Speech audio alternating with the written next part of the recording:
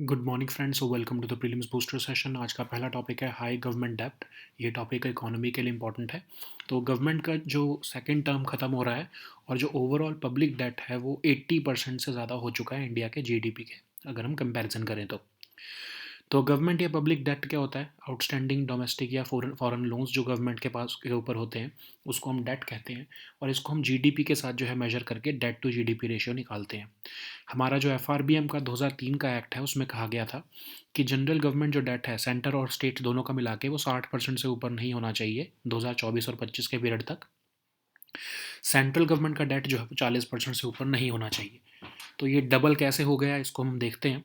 तो डेटा अगर हम देखें तो आईएमएफ कह रहा है कि 84% के आसपास जीडीपी का जो है डेट पहुंच चुका है सेंटर और स्टेट्स का, अगर हम मिला दें तो रेशियो जो है वो 2010 के पीरियड में 66% के आसपास थी है, और वो बढ़ के अब मतलब 18% के आसपास बढ़ के जो है वो 84.4% के आसपास पहुंच चुकी है, दोनों सेंटर और स्टेट्स की मिला के। तो आईएमएफ ने कहा है कि 82% जो है अब ये डेट कम होना शुरू होगा, लेकिन 82% पर पहुंचेगा करंट फिस्कल ईयर में, और नेक्स्ट ईयर तक 82.4% तक रहेगा। अब ये इंडिया का डेट क्यों बढ़ा है इतना? ऑफ कोर्स कोविड की वजह से डिस्ट्रप्शंस जो आई, तो गवर्नमेंट को बहुत बोरो करना पड़ा उस समय पर। इकोनॉमी एक तरह से ऑन अ स्टैंड स्टिल थी। Roads, railways, other infrastructure projects में भी गवर्नमेंट ने बहुत खर्चा किया है, कैपिटल एक्सपेंडिचर किया है, इनकम और कंजम्पशन एक्सपेंडिचर के अलावा। तो ऐसा नहीं है कि सिर्फ इंडिया का ही डेट बढ़ा है। बाकी अगर हम बाकी की कंट्रीज से कंपेयर करें, जैसे यूएस 133.5% डेट जो है वो यूएस में है, 115% जो है वो फ्रांस का है, 77% के आसपास चाइना का चल रहा है ड्यूरिंग ऑल दीज ईयर्स। ये कोविड की वजह से जो है ये डेट जो है सारी कंट्रीज़ का बढ़ गया है, ठीक है, क्योंकि स्पेंडिंग करनी पड़ी गवर्नमेंट्स को, ठीक है, ताकि इकोनॉमी जो कि अदरवाइज प्राइवेट इकोनॉमी जो स्टैंड स्टिल पर थी, तो गवर्नमेंट को तो इकोनॉमी को चलाने के लिए खर्चा करना पड़ा। अब एफआरबीएम एक्ट के प्रोविजंस के हिसाब से हमें जो है वो डेट को कम करना है। तो अब हम कैसे कम कर सकते हैं? डेट को तो कम नहीं किया जा सकता, तो उसकी बजाय क्या किया जाए? नॉमिनल जीडीपी ग्रोथ को बढ़ा दिया जाए, क्योंकि डेट को जो है हम जीडीपी ग्रोथ के साथ ही मेजर कर रहे हैं ना, डेट टू जीडीपी रेशियो निकालने के लिए। तो आउटपुट को जो है बढ़ाना ज़रूरी है, फिस्कल कंसोलिडेशन करना तो ज़रूरी है ही, और ग्रोथ को भी बढ़ाना ज़रूरी है, ताकि हम डिनोमिनेटर को जो है वो तेज़ी से बढ़ा दें as compare to numerator. Okay, next हम टॉपिक देखते हैं माघ बिहू। ये टॉपिक आर्ट एंड कल्चर के लिए इंपॉर्टेंट है। तो गुवाहाटी हाई कोर्ट ने असम गवर्नमेंट को कहा है कि कोई बफेलो फाइट जो है वो अब नहीं होनी चाहिए स्टेट ऑफ असम में। तो पेटा इंडिया ने एप्लीकेशन डाली थी ट्रेडिशनल बफेलो फाइट कंपटीशन को रोकने के लिए। तो ये ट्रेडिशनल जो बफेलो और बुलबुल बुलबुल जो सॉन्ग बर्ड की फ़ाइट होती हैं, माघ बिहू के टाइम पर होती हैं असम में। माघ बिहू क्या है? भोगाली बिहू या माघोर बिहू, जिसको जो कि एक हार्वेस्टिंग फेस्टिवल है, माघ मंथ में, जो कि जनवरी में आता है, तब ये सेलिब्रेट किया जाता है। एंशियंट टाइम से खासकर दिमास काचरी ट्राइब जो है वो इसको सेलिब्रेट करती हैं, और लगभग 2 दिन तक मनाया जाता है। एग्रीकल्चर और सोशल सिग्निफिकेंस है इसकी। कम्युनिटी में मील्स एक्सचेंज की जाती हैं, हार्वेस्टिंग सीजन का एंड होता है बेसिकली ये। एक बहुत पुराना ट्रेडिशन है ये, और फोक कल्चर का भी पार्ट है। असामीज़ विंटर हार्वेस्ट फेस्टिवल है ये, माघ बिहू। और जो है ये जो बफेलो फाइट्स और बुलबुल फाइट्स हैं, ये कुछ डिस्ट्रिक्ट्स ऑफ असम में जो है ये सेलिब्रेट की जाती हैं। तो होम रूलर्स के टाइम पर भी जो है ये प्रैक्टिस की जाती थी। तो 2014 में सुप्रीम कोर्ट के जजमेंट के बाद जो है इस पर रोक लगा दी गई, लेकिन बाद में जो है रिवाइज़ की गई जजमेंट 2023 में मई में, तो ओवर रूल कर दी गई सुप्रीम कोर्ट द्वारा जजमेंट। अभी दिसंबर 2023 में भी असम कैबिनेट ने एक गो अहेड दी थी इन जो है फाइट्स के लिए, लेकिन स्टैंडर्ड ऑपरेटिंग प्रोसीजर्स जो है डिफ़ाइन किए थे कि कैसे जो है ये बफलो और बुलबुल फाइट्स जो हैं वो कंडक्ट की जाएंगी। लेकिन अभी पेटा इंडिया ने जो है वो गुवाहाटी हाई कोर्ट में जो है पटिशन डाली, तो इन पर जो है वो प्रोहिबिशन लगाने को हाई कोर्ट ने कहा है। नेक्स्ट हम टॉपिक देखते हैं नेशनल एग्रीकल्चर मार्केट। ये टॉपिक इकोनॉमी के लिए इंपॉर्टेंट है। तो बहुत सी स्टेट्स जो हैं वो एग्रीकल्चर कमोडिटीज़ का ट्रेड ई नैम पर करना शुरू कर चुकी हैं। तो और ये इंटर स्टेट लेवल पर भी ट्रेड होना शुरू हो चुका है। तो मतलब एक तरह से वाइडर एक्सेप्टेंस हो रही है नेशनल एग्रीकल्चर मार्केट की, ई नैम की रादर। तो ई नैम है क्या? ऑनलाइन ट्रेडिंग प्लेटफॉर्म है एग्रीकल्चर कमोडिटीज़ को ट्रेड करने के लिए। 2016 में इसको लॉन्च किया गया गवर्नमेंट ऑफ इंडिया द्वारा। तो S F A C, small farmers agribusiness consortium जो है वो लीड एजेंसी है जो ई नैम को इम्प्लीमेंट कर रही है। फार्मर्स जो हैं वो ई नैम के थ्रू कॉम्पिटिटिव और ट्रांसपेरेंट प्राइस डिस्कवरी सिस्टम का फ़ायदा उठा सकते हैं, और existing A P M Cs को, market yard, sub market yards, private markets, इन सब को जो है वो यूनिफाई करके जो है वो इलेक्ट्रॉनिकली कलेक्ट कर दिया गया है। फार्मर्स जो है अपने प्रोडक्ट्स शोकेस कर सकते हैं, सिंगल विंडो सर्विसेज मिलती है एपीएम से रिलेटेड सर्विसेज की। सभी स्टेक होल्डर्स के लिए बेनिफिशियल हैं, चाहे फार्मर्स हों, मंडीज़ हों, ट्रेडर्स हों, बायर्स हों, एफपीओज हों, एक्सपोर्टर्स हों। ट्रांसपेरेंट प्रोसीजर है, रियल टाइम प्राइस डिस्कवरी हो जाती है, ट्रांजैक्शन कॉस्ट भी जो है बायर्स के लिए बहुत कम हो जाती है। ठीक है, सो ऑनलाइन पेमेंट भी इसके थ्रू ही जो है बैंक अकाउंट में फार्मर के डायरेक्टली चली जाती है। नेक्स्ट हम टॉपिक देखते हैं directorate general of GST intelligence. ये टॉपिक गवर्नेंस के लिए इंपॉर्टेंट है। तो directorate general of GST intelligence जो है वो महादेव ऑनलाइन बुकिंग ऐप के ऊपर जो है इलीगल जो बैटिंग ऐप थी उसके ऊपर जीएसटी रूल्स और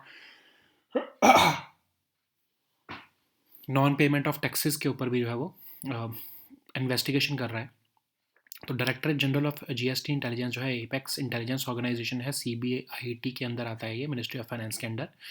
और collection, coalition, dissemination of intelligence जो जीएसटी रेटेड जो होती है उससे ये डील करता है। इंटेलिजेंस गैदरिंग करना, इंटेलिजेंस डेवलप करना और इन्वेस्टिगेशंस कंडक्ट करना, एनफोर्स करना जीएसटी लॉ के प्रोविजंस, ये सब इसके फंक्शंस हैं। नेक्स्ट हम टॉपिक देखते हैं इंट्रांस प्रोग्राम। ये टॉपिक आपके गवर्नेंस के लिए इंपॉर्टेंट है। तो digital India future lab summit के टाइम पर आईआईटी दिल्ली में जो है मिनिस्ट्री ऑफ इलेक्ट्रॉनिक्स ने इंट्रांस प्रोग्राम जो है वो ट्रांसफ़र कर दिया 12 इंडस्ट्रीज़ को। तो इंट्रांस प्रोग्राम क्या है? इंटेलिजेंट ट्रांसपोर्टेशन सिस्टम एंडेवर, एक रेवोल्यूशनरी प्रोजेक्ट है ये, R&D related, ministry of electronics and IT का। इसमें जो है हम ट्रांसपोर्टेशन सिस्टम जो है वो कंट्री का सिनर्जाइज करना चाहते हैं, ट्रांसफॉर्म करना चाहते हैं, और ये इंडियन सिटीज़ को ट्रांसफ़र किया जाएगा, ये जो भी इसमें रिसर्च हो रही है। ठीक है, और हमारा ऑब्जेक्टिव ये रहेगा कि ट्रैफिक एफिशिएंसी जो है वो हम अच्छी से अचीव कर सकें और ट्रैफिक प्रॉब्लम्स को मिनिमाइज़ किया जा सके, इंफ्रास्ट्रक्चर की यूसेज को एफिशिएंटली यूज़ किया जा सके। ठीक है, और बेसिकली कम्यूटर्स के बेनिफिट के लिए, सेफ्टी के लिए जो है ये प्रोग्राम जो भी रिसर्च है वो अपनी शेयर करेगा सिटीज़ को। ठीक है, नेक्स्ट हम टॉपिक देखते हैं विप। पॉलिटिकली टॉपिक इंपॉर्टेंट है। तो बीजेपी ने अपनी 3 लाइन विप इशू की थी लोकसभा एमपीज़ के लिए, ताकि वो प्राइम मिनिस्टर ऑफ इंडिया जब रिप्लाई करें मोशन ऑफ थैंक्स को, प्रेसिडेंशियल एड्रेस को, उस समय जो है ये विप इशू की गई। विप क्या होती है? एक रिटन ऑर्डर जो कि पार्टी मेंबर्स जो है उनको फॉलो करना होता है, जहाँ उसी हिसाब से वोट भी करनी होती है उनको। तो सभी पार्टीज़ जो हैं वो विप इशू कर सकती हैं अपने मेंबर्स को।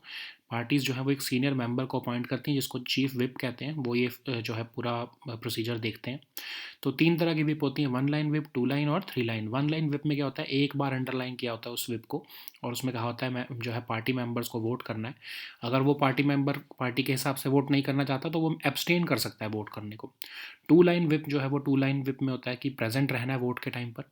3 लाइन विप जो होती है उसमें तो होता है कि जो है आपको इंपॉर्टेंट ओकेजन्स पे प्रेजेंट भी रहना है, पार्टी को सपोर्ट भी करना है, और जो पार्टी लाइन है उसके हिसाब से ही वोट भी करना है। ठीक है, तो अगर कोई डिफाई कर देता है इसको तो of course anti defection law के प्रोविजन लगते हैं और उस मेंबर को डिस्क्वालीफाई कर दिया जाता है स्पीकर या चेयरपर्सन द्वारा।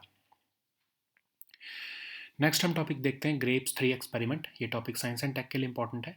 तो ग्रेप्स 3 एक्सपेरिमेंट ने डिस्कवर किया है न्यू फीचर कॉस्मिक रे प्रोटॉन स्पेक्ट्रम में, और 166 टेरा इलेक्ट्रॉन वोल्ट एनर्जी का। तो ग्रेप्स 3 एक्सपेरिमेंट क्या है? Gamma ray astronomy PEV energies phase 3 experiment, जो कि कॉस्मिक रेज को स्टडी कर रहा है। ऊटी में ये लोकेटेड है, Tata institute of fundamental research द्वारा ऑपरेटेड है, और ये कॉस्मिक रेज जो आपकी आउटर स्पेस से आती हैं उसको जो है प्रोब कर रहा है। ओरिजिन देख रहा है उसका, एक्सेलरेशन, प्रोपेगेशन जो है कॉस्मिक रे, जितने भी जो है ये जो इलेक्ट्रॉनिक वोल्ट्स में आती हैं उनको जो है ऑब्जर्व कर रहा है गैलेक्सी से। ठीक है, तो कॉस्मिक रेज क्या होती हैं? जो कि जिनको हमने लगभग 1 सेंचुरी पहले डिस्कवर किया। मोस्ट एनर्जेटिक पार्टिकल्स हैं ये यूनिवर्स के, और हमारे प्लानट पर ये आउटर स्पेस से आते रहते हैं। तो इसमें इलेक्ट्रॉन्स हो गए, फोटॉन्स, म्यूऑन्स, प्रोटॉन्स, न्यूट्रॉन्स, हर तरह की जो है ये रेज हो सकती हैं, और इनकी रेंज की एनर्जी रेंज जो होती है वो भी बहुत ही वाइड होती है, 108 से लेके 1020 तक हो सकती है। नेक्स्ट हम टॉपिक देखते हैं हाइड्रोथर्मल सिस्टम्स। ये टॉपिक आपके एनवायरनमेंट के लिए इंपॉर्टेंट है। तो न्यू मैप्स ने रिवील किया है एक hidden hydrothermal system lake Rotorua के नीचे, जो कि न्यूजीलैंड के में पड़ती है। तो हाइड्रोथर्मल सिस्टम्स क्या होते हैं? हाई हीट फ्लक्सेस वाले एरियाज़ में जो है ये जो ये उन एरियाज़ में होते हैं हाइड्रोथर्मल सिस्टम्स जहाँ पर हाई हीट फ्लक्सेस हैं, चाहे वो कॉन्टिनेंट्स हों, कन्वर्जेंट प्लेट बाउंड्रीज हो, ओशन फ्लोर हो, मिड ओशियानिक रिज हो, हर जगह पर आपको देखने को मिल सकते हैं ये। इसकी फॉर्मेशन के लिए जो है वो तीन इंपॉर्टेंट कंपोनेंट्स होने चाहिए: फ्लूइड, हीट और रॉक्स जो है वो परमिएबल होने चाहिए, थ्रू विच जो है वो फ्लूइड सर्कुलेट हो सकें।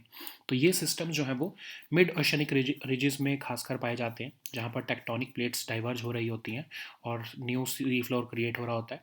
तो हाइड्रोथर्मल सिस्टम्स कैसे काम करते हैं? जब भी सी वाटर परकोलेट डाउन होता है इन फ्रैक्चर्स के थ्रू, रॉक्स के फ्रैक्चर्स के थ्रू ओशनिक क्रस्ट में, ये नीचे चला जाता है और बिल्कुल अर्थ के हॉट इंटीरियर के पास पहुंच जाता है, हीट अप होता है, फिर ये वापस निकलता है, ऊपर आता है हाइड्रोथर्मल फ्लूइड जो है बनकर, और गैसेस और कई तरह के एलिमेंट्स होते हैं इसमें। जब ये ऊपर आता है सी फ्लोर के पास में, तो ये जो है ओशन बॉटम वाटर्स की वजह से जो है चिल्ड हो जाता है और ये एक तरह से इजेक्ट होता है सुपर हीटेड फ्लूइड की तरह। ठीक है, तो चिमनी लाइक डिपॉजिट्स ये क्रिएट कर देता है। ठीक है, जो इसमें केमिकल्स होते हैं वो भी जो है बाहर आ जाते हैं प्रेसिपिटेट होके। सो ये जो डिपॉजिट्स बनते हैं इससे, वो डीप सी कीमोसिंथेटिक कम्युनिटीज़, जैसे कि जो ऑर्गेनिज्म जो कि इन केमिकल्स पर डिपेंडेंट हैं, उनके लिए बहुत हेल्पफुल रहते हैं। ठीक है,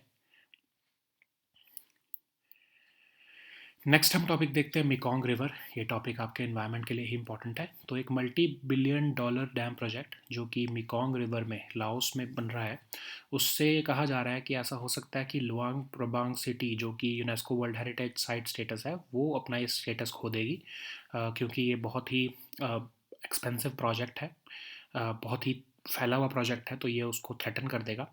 तो मेकॉन्ग रिवर क्या है? लॉन्गेस्ट रिवर है साउथ ईस्ट एशिया की, सेवन्थ लॉन्गेस्ट है एशिया की, ट्वेल्थ लॉन्गेस्ट है वर्ल्ड में। और ये राइज होती है किंगाई प्रोविंस चाइना से, और ओरिजिनेट होती है सांजियांग एरिया में, तिब्बतन प्लेटू में। और ये फ्लो होती है 6 एशियन कंट्रीज़ में: China, Vietnam, Laos, Myanmar, Thailand और कंबोडिया में। इवन लाओस और जो कंबोडिया की जो कैपिटल्स हैं वो इसी के बैंक्स पर बनी हुई हैं।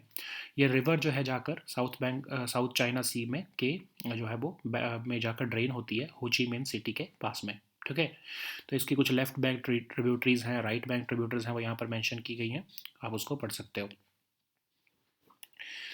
सो now let us see all these topics in English.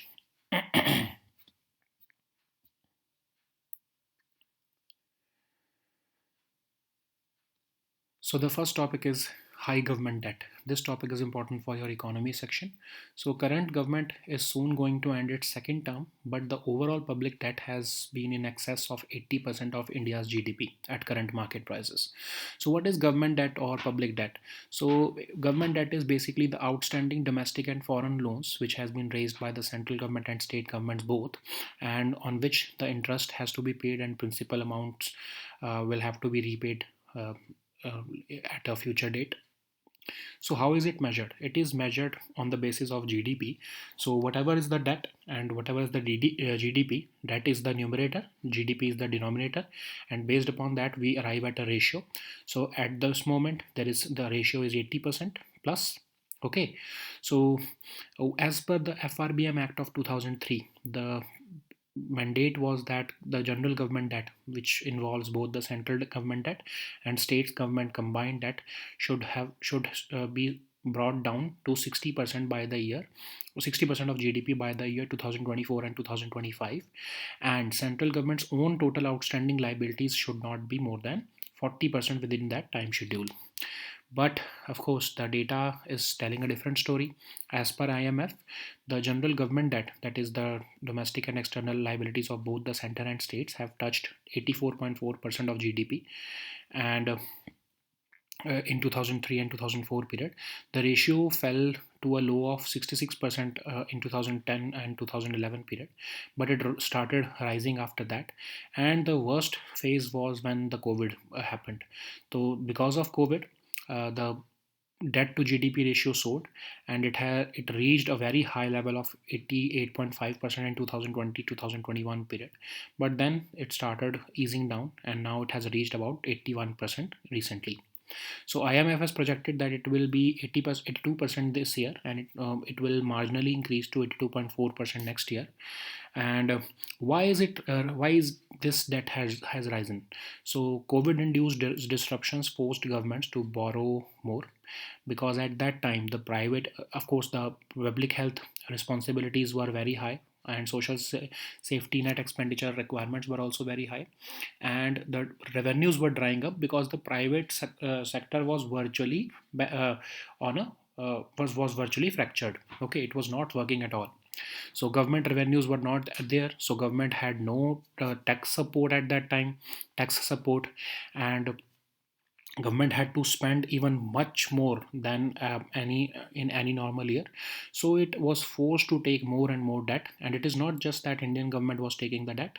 uh, it's instead other governments were doing so. Okay, were also doing so. We'll see that later also. So Indian government had to spend more on income and consumption support to the people through schemes, and it was important to kickstart the economy later. So government also spent hugely on capital expenditure in roads, railways, and other infrastructure. So it was not just that India was facing this. Instead, US government debt is currently about 133.5, or rather 140% currently, and France is facing 115 or 120% debt of to GDP. Similarly, 77% plus debt is being seen in China in these recent years, all because of COVID-induced disruptions. So how we can deal with it? So of course the government is trying its best. Government has set the target of reducing its gross fiscal deficit. As we have seen that last year the gross fiscal deficit was 5.9%. This year in the interim budget, the central government has announced that they will be lowering it down to 5.1% this year, and the aim of course is to bring it down to 4.5% in the future, in 2025 and 2026 period. But of course this would not be sufficient. So instead of just focusing on debt, what we can do is that we should aim for high nominal GDP growth, which is the denominator. So if denominator rises faster than the numerator, of course the debt would not be a problem in that case. So India probably needs a combination of both fiscal consolidation and growth to deal with this issue. So the next topic is Magh Bihu. This topic is important for your art and culture section. So Guwahati High Court has directed the Assam government to stop any further buffalo fights from taking place in the state of Assam. This decision has come in response to PETA India's application for interim relief against traditional buffalo fight competition, which was allowed this year by Assam government. So Assam government is attempting to revive traditional practices of buffalo and bulbul fighting during Magh Bihu. So Magh Bihu is also known as Bhogali Bihu or Maghor Bihu, which is a harvesting festival celebrated in Assam. And this festival has its roots in agriculture traditions of Assam, and it falls in the month of Magh, which falls in January. Bihu's history dates back to ancient times when people offered fire sacrifices to improve their harvest. So Dimasa Kachari tribe, which is known to be the festival's first known ancestors. Magh Bihu is celebrated over 2 days, and Magh Bihu holds agricultural and social significance as it is the time to celebrate new yield and renew ties of friendship and brotherhood. This festival emphasizes sharing meals with the community. This agricultural festival also marks the end of harvesting season. Okay. So this buffalo and bulbul fights, they are age-old traditions, and so they are celebrated in India, in Assam's several districts, mainly in Ahatkudi in Nagaon district, Hayagriv Madhab Mandir in Hajo area around Guwahati. So it was also celebrated during the Ahom rulers, and in 2014 when Jallikattu event happened, and the ban on Jallikattu happened, it was this bulbul and buffalo fight was also stopped in Assam. But in 2023 Supreme Court revised its 2014 judgment, and Assam cabinet in 2023 December also gave a go ahead for the framing of SOPs for the conduct of these fights. Okay. So the next topic is national agriculture market. This topic is important for your economy section. So with more states facilitating the trade of agriculture commodities on the ENAM, we are witnessing a situation where interstate level trade is also being witnessed in ENAM. So what is ENAM? ENAM is an online trading platform for agricultural commodities in India. It was launched in 2016 and it is completely funded by the government of India. So Small Farmers Agribusiness Consortium is acting as the lead agency for implementing ENAM under Ministry of Agriculture and Farmers Welfare. The aim is to create better marketing opportunities for farmers to sell their products through competitive and transparent price discovery system. So this ENAM portal works through existing APMCs, and it basically connects the market yards, sub-market yards, private markets, and other unregulated markets to unify all the nationwide agricultural markets by creating a central online platform. So, of course, what are the features? It enables the farmers to showcase their products. It also provides a single window services for all the APMC related services. So, it is beneficial for all the stakeholders: farmers, mandis, traders, buyers, etc., FPOs, exporters. So the benefits involve transparent online trading, real-time price discovery, reduced transaction costs, and the details of the price are received through SMS. Online payment are directly made into the bank accounts of the farmers. Okay. So the next topic is Directorate General of GST Intelligence. This topic is important for your governance section. So Directorate General of GST Intelligence is investigating Mahadev online book, which is an illegal betting application for suspected violation of GST rules and non-payment of tax. So Directorate General of GST Intelligence is an apex intelligence organization functioning under the Central Board of Indirect Taxes and Customs of Department of Revenue under Ministry of Finance. It is entrusted with the task of collection, collation, and dissemination of intelligence related to the evasion of GST and duties of central excise and service tax on all India basis. So the functions of DGGI include intelligence gathering, developing intelligence, conducting investigations, and even enforcing the provisions of the GST law. So the next topic is entrance program. This topic is important for your governance section. So during the launch of Digital India Future Lab Summit 2024 at IIIT Delhi, the Ministry of Electronics and IT has shared the entrance program to 12 industries. So what is entrance program? It is Intelligent Transportation System Endeavor, which is a revolutionary collaborative step in R&D program with respect to transportation systems. So it is an initiative of Ministry of Electronics and IT. The aim is to, of course, synergize the transformation in intelligent transportation systems. So the entire R&D will be shared with the cities so that we can achieve traffic efficiency by minimizing traffic problems. We can prompt efficient infrastructure usage, enrich users with prior information about traffic and reduce travel time, and enhance the safety and comfort of the commuters. Okay. So the next topic is whip. This topic is important for your polity section. So BJP had issued a 3-line whip to its Lok Sabha MPs to be present in the House during Prime Minister's reply to the motion of thanks on the presidential address. So what is a whip? Whip is a written order that party members have to be present for an important vote, and they have to vote in a particular way. So all parties in India can issue whip to their members. So parties also appoint a senior member called the chief whip, who basically assists in this entire scenario. So there are three types of whip: one line, two line, and three line. So in one line whip, the whip is underlined once, which informs the members of a party to vote in, and if they do not want to follow the party instruction, then they can abstain from the vote. But in two line whip directs them to be present during the vote. And in three line whip, which is the strictest or strongest, there is obligation for the party member to toe the party line and vote accordingly. In case they defy it, the membership of the house of that member is at risk, and anti-defection law comes into picture, and the member is disqualified by the speaker or chairperson.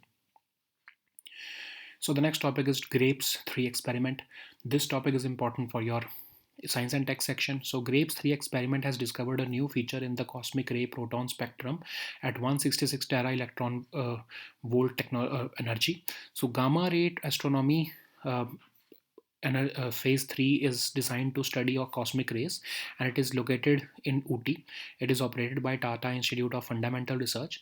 The aim is to probe the acceleration of cosmic rays in different astrophysical settings. The origin, acceleration, and propagation of cosmic rays in the galaxy are being studied and through this CRAPES 3 experiment. So, what are cosmic rays? So, these rays were discovered more than a century ago, and they are the most energetic particles in our universe.